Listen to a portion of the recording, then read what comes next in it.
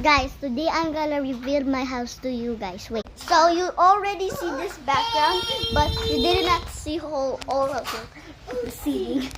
And this is where the people, and this is my fire, and this is everything I have. And I'm just gonna let you see the forest over here. Lola Nene, ano ginagawa mo? Ha? Ayaw.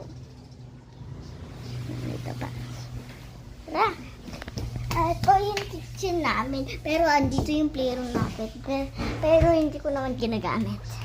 Ito yung stud table ko. At ito, hindi yan. It's my squishy old. But I never use it anymore because it's dirty. Dirty like a frog. And this one is my other window. Look.